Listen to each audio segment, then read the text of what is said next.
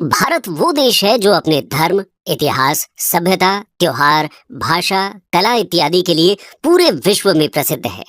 और ये सभी चीजें ही भारत को एक खूबसूरत देश बनाती हैं। और इसी खूबसूरती में चार चांद लगाते हैं भारत के सांस्कृतिक और धार्मिक मेले, जो हर वर्ष एक त्योहार की तरह ही काफी हर्ष, उल्लास और धूमधाम के साथ मनाए जाते हैं। इन मेलों में कुंभ मेला, सोनपुर मेला, पुष्कर मेला, हेमिस गोम्पा मेला, कोलायत मेला, गंगा सागर मेला इत्यादि पॉपुलर हैं। और आज की कहानी में हम इन्हीं में से सबसे प्रमुख और सबसे बड़े स्तर के मेले की बात करेंगे, जिसका नाम है कुंभ मेला। आपने इस मेले का नाम तो जरूर ही सुना होगा, और सुनेंगे भी क्यों नहीं। आखिर ये मेला है ही इतना खास कि इसे घूमने के लिए करोड़ों देसी और विदेशी टूरिस्ट आते हैं। और आपको जानकर हैरानी होगी कि यही कुंभ मेला पूरे विश्व में सबसे बड़े रिलीजियस गैदरिंग के रूप में भी जाना जाता है। कुंभ मेले में सभी श्रद्धालु पवित्र नदियों में डुबकी लगाते हैं, और ऐसा माना जाता है कि ऐसा करने से उनके सभी पाप धुल जाते हैं, और साथ ही उनके द्वारा किए गए सभी बुरे कामों का प्रायश्चित भी होता है। और इसमें सच्ची श्रद्धा से नहाने वालों को जीवन और मृत्यु की साइकिल से मोक्ष भी प्राप्त होता है। और इसीलिए ये मेला हिंदुओं के बीच एक मुख्य तीर्थ स्थल और त्योहार के रूप में जाना जाता है। ये मेला प्रयागराज के त्रिवेणी संगम, गंगा के तट पर स्थित हरिद्वार, गोदावरी के तट पर स्थित नासिक और शिप्रा नदी के तट पर स्थित उज्जैन में 12-12 साल की साइकिल में मनाया जाता है। पर इनमें से किस जगह कब ये मेला ऑर्गेनाइज करना है, ये डिसाइड होता है एस्ट्रोलॉजिकल कैलकुलेशन के द्वारा, जिसके लिए सोलर सिस्टम के जुपिटर की पोजीशन को एनालाइज किया जाता है। और इसी अनुसार ये त्योहार इन चारों जगहों में से किसी एक जगह पर सेलिब्रेट होता है। और आज की कहानी में हम इसी मेले के बारे में विस्तार से चर्चा करते हुए इसके रिलीजियस बैकग्राउंड, ब्रीफ हिस्ट्री और इम्पोर्टेंस का डिटेल्ड एनालिसिस करेंगे। तो चलिए शुरू करते हैं इस फेस्टिवल के रिलीजियस बैकग्राउंड से। Religious background of Kumbh Mela. दोस्तों, वैसे तो कुंभ मेले का नाम किसी भी एंशिएंट टेक्स्ट में नहीं मिलता है, बल्कि इस मेले का जिक्र इन हिस्टोरिकल किताबों में माघ मेला या प्रयाग स्नान के नाम से होता है। पर हमारे वैदिक टेक्स्ट्स जैसे ऋग्वेद, यजुर्वेद, सामवेद और अथर्ववेद या अन्य पौराणिक ग्रंथों में माघ मेला या कुंभ मेले के पीछे की कहानी जरूर बताई गई है। और आज इसी कहानी के बलबूते माघ मेला कुंभ मेले के नाम से पॉपुलर है। इन पौराणिक किताबों में कुंभ को अमृत से भरे हुए घड़े के रूप में बताया गया है, और वहीं दूसरी ओर मेले का वर्णन एक लार्ज रिलीजियस गैदरिंग या सेलिब्रेशन के रूप में हुआ है, जिससे इस पूरे शब्द यानी कुंभ मेले का अर्थ निकलता है वो त्योहार जो अमृत से भरे वाटर सोर्स के पास ऑर्गेनाइज किया गया हो। अब आप ये सोच रहे होंगे कि आखिर अमृत, पानी और सेलिब्रेशन का क्या कनेक्शन है। ये जानने के लिए हमें हिंदू पौराणिक ग्रंथों के एक ऐसे किस्से को जानना होगा, जिसकी वजह से आदिकाल से लेकर आज तक कुंभ मेला बड़े ही शानदार तरीके से मनाया जाता है।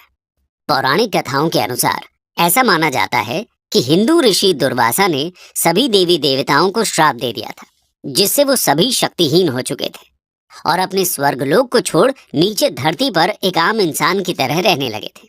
तो वहीं दूसरी ओर उनके स्वर्गलोक पर राक्षस कब्जा करके पूरी सृष्टि का विनाश कर रहे थे। देवता राक्षसों के सामने काफी कमजोर हो चुके थे और वो किसी हाल में उन्हें हरा नहीं सकते थे। ऐसा देखते हुए गुरु ब्रह्मा ने देवताओं को एक सुझाव दिया कि अगर वो अमृत का रसपान कर लेते हैं तो उनकी खोई हुई शक्तियां वापस आ जाएंगी और वो राक्षसों को हराकर अपने स्वर्गलोक पर वापस कब्जा कर सकते हैं। पर ऐसा करने में एक दुविधा थी, क्योंकि वो अमृत स्वर्गलोक में ही मौजूद था और उसे पाने के लिए देवताओं को राक्षसों की मदद लेनी पड़ती। ब्रह्मा जी के इस सुझाव को मान सभी देवी देवताओं ने राक्षसों से मदद मांगी और उसके बदले में उन्हें आधा अमृत देने का वादा किया। अमृत का लालच देख सभी राक्षस देवताओं के साथ अमृत की खोज में शामिल हो गए और इसी खोज में स्वर्गलोक में समुद्र मंथन किया गया, जिसके बाद अमृत उत्पन्न हुआ। लेकिन जैसे ही अमृत से भरा कलश मिला, देवता और राक्षस दोनों ही उसे पूरा का पूरा हड़पना चाहते थे और इसके बाद देवता राक्षसों की आंख में धूल झोंककर अमृत पर कब्जा पाने में सफल हुए और वो अमृत लेकर दौड़ पड़े। इसके बाद राक्षसों ने भी उनका पीछा करना शुरू किया और ये सिलसिला 12 दिनों तक चला, जो मानव जाति के लिए 12 वर्ष के बराबर होता है। लेकिन देवताओं द्वारा अमृत लेकर भागने के दौरान कलश से अमृत की 4 बूंदें स्वर्ग से धरती पर जा गिरी, और माना जाता है कि ये अमृत बूंदें हरिद्वार की गंगा नदी, प्रयागराज की त्रिवेणी संगम, उज्जैन की क्षिप्रा नदी और नासिक की गोदावरी नदी में जा गिरी। और इसी कारण कुंभ मेला हर 12 वर्ष के अंतराल पर इन 4 जगहों पर ऑर्गेनाइज किया जाता है। और ऐसा कहा जाता है कि एस्ट्रोलॉजिकल कैलकुलेशंस के बाद जब कुंभ मेले का समय आता है तो ये नदियां वही अमृत का रूप धारण करती हैं, जिसमें नहाने से लोगों के सभी पाप हमेशा हमेशा के लिए धुल जाते हैं। ये थी कुंभ के पीछे की पौराणिक गाथा। आइए अब जानते हैं कि इस पर्व का हमारे भारतीय इतिहास में कैसे डेवलपमेंट हुआ। Evolution of Kumbh in Indian history. दोस्तों, कुंभ मेले का जिक्र हमारे हिस्टोरिकल रिकॉर्ड्स में नहीं मिलता, लेकिन हिंदुओं द्वारा जैसे कुंभ मेले के दौरान नदियों में स्नान किया जाता है, ठीक वैसे ही पवित्र नदियों में स्नान करने का इतिहास काफी लंबे समय से हमारे देश भारत में चलता चला आ रहा है। इस तरह के नहान पर्व का सबसे पहला उल्लेख ऋग्वेद में मिलता है, जहां प्रयाग में पवित्र नहान पर्व का उल्लेख किया गया है। जिसके अलावा इसका वर्णन बुद्धिज्म के पाली टेक्स्ट और महाभारत में भी मिलता है, जिसमें जगह जगह पर इसके महत्व को समझाया गया है। इन सब के अलावा कई रिलीजियस टेक्स्ट्स में अन्य कुंभ मेलों के स्थल जैसे नासिक, हरिद्वार और उज्जैन का भी उल्लेख है। लेकिन इतने रिकॉर्ड्स होते हुए भी ये नहान पर्व कब और कैसे शुरू हुआ, ये किसी को मालूम नहीं है। ऐसे ही एक पर्व का उल्लेख प्राचीन भारत के राजा हर्ष के समय काल में मिलता है, जिसका उल्लेख 7th सेंचुरी के बुद्धिस्ट चाइनीज ट्रैवलर और राइटर ह्यूएन सांग ने अपने रिटन अकाउंट्स में किया है। इस उल्लेख में उन्होंने प्रयाग को एक प्रसिद्ध हिंदू शहर के रूप में वर्णित किया है, और ऐसा कहा है कि ये शहर मंदिरों की नगरी है, जहां गंगा, यमुना, सरस्वती के संगम पर हिंदुओं द्वारा माघ महीने में स्नान किया जाता है। ह्यूएन सांग का ये उल्लेख किसी भी प्रकार के नहान पर्व का पहला लिखित सबूत माना जाता है।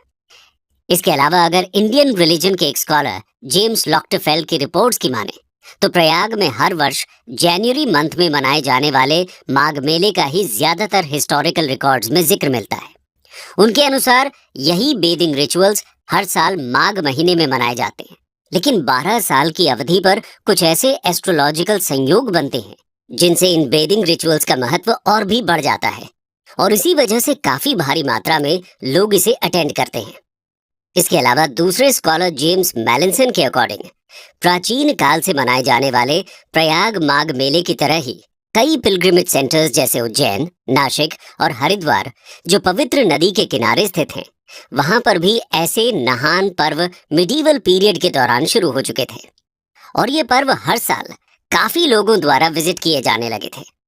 प्रयाग के नहान पर्व का उल्लेख 16th सेंचुरी के रामचरितमानस और ऐने अकबरी में भी मिलता है।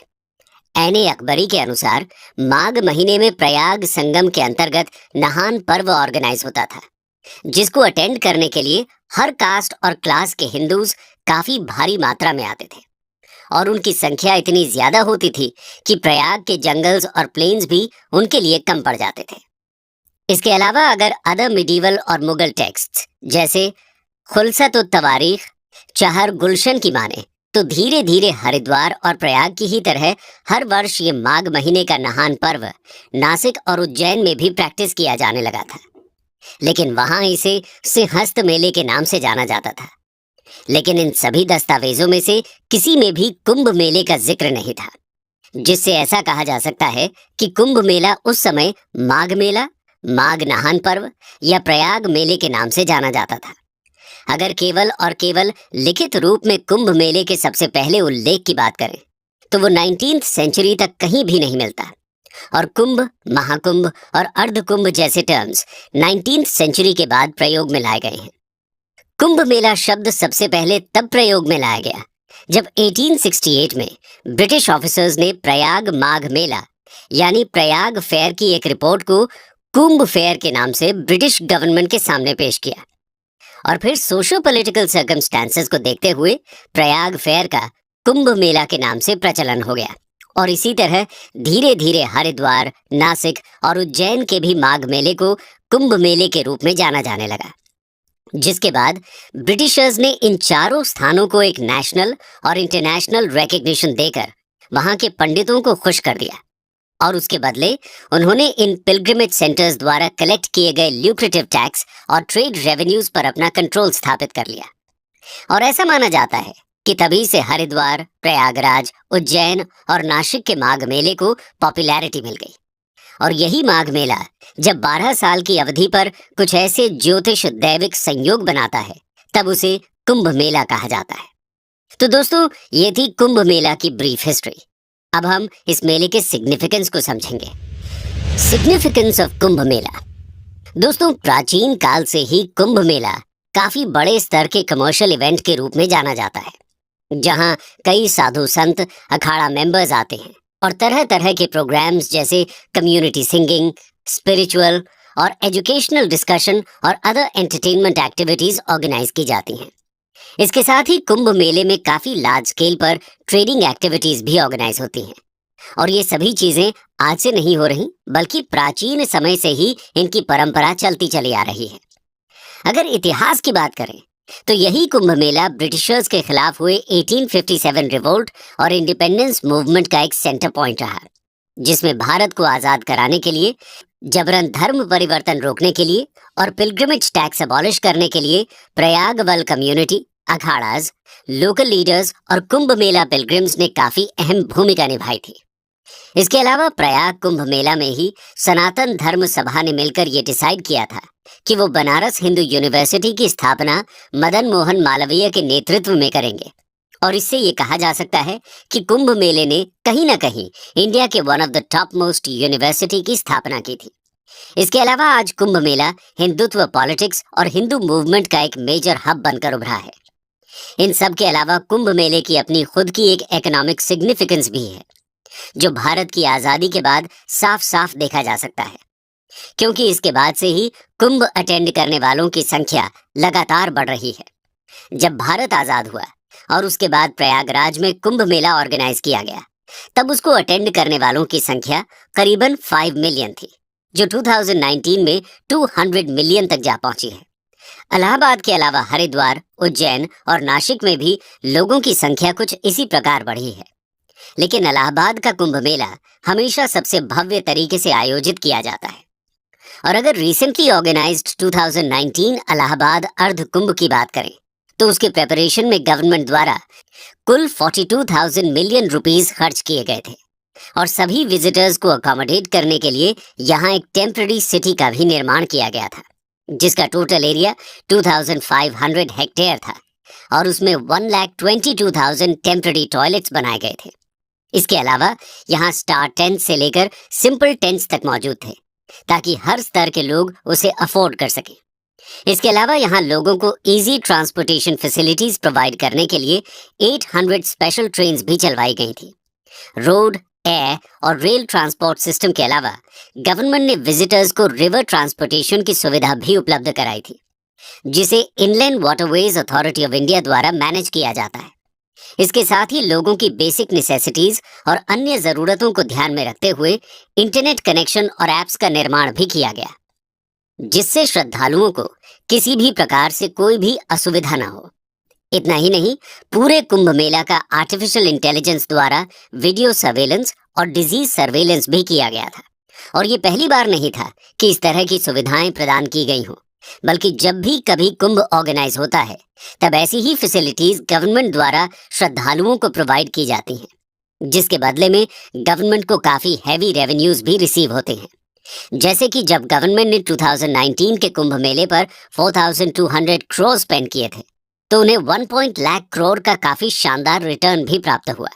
इसके साथ ही प्रयागराज के लोकल बिजनेसेस, होटल्स और मार्केट्स की भी काफी सिग्निफिकेंट ग्रोथ हुई, जिससे यूपी गवर्नमेंट को 12,000 करोड़ रुपए टैक्स के रूप में प्राप्त हुए। इसके अलावा इसी मेले में वहां के लोकल पॉपुलेशन के 6 लाख लोगों को डिफरेंट सेक्टर्स में रोजगार भी मिला, जिससे प्रयागराज की लोकल इकोनॉमी काफी संपन्न हुई। और ऐसा ही हर बार होता है जब जब कुंभ मेला ऑर्गेनाइज होता है। इस तरह कुंभ एक रिलीजियस गैदरिंग होते हुए भी हमारी इकोनॉमी को काफी सशक्त बनाता है। कंक्लूजन,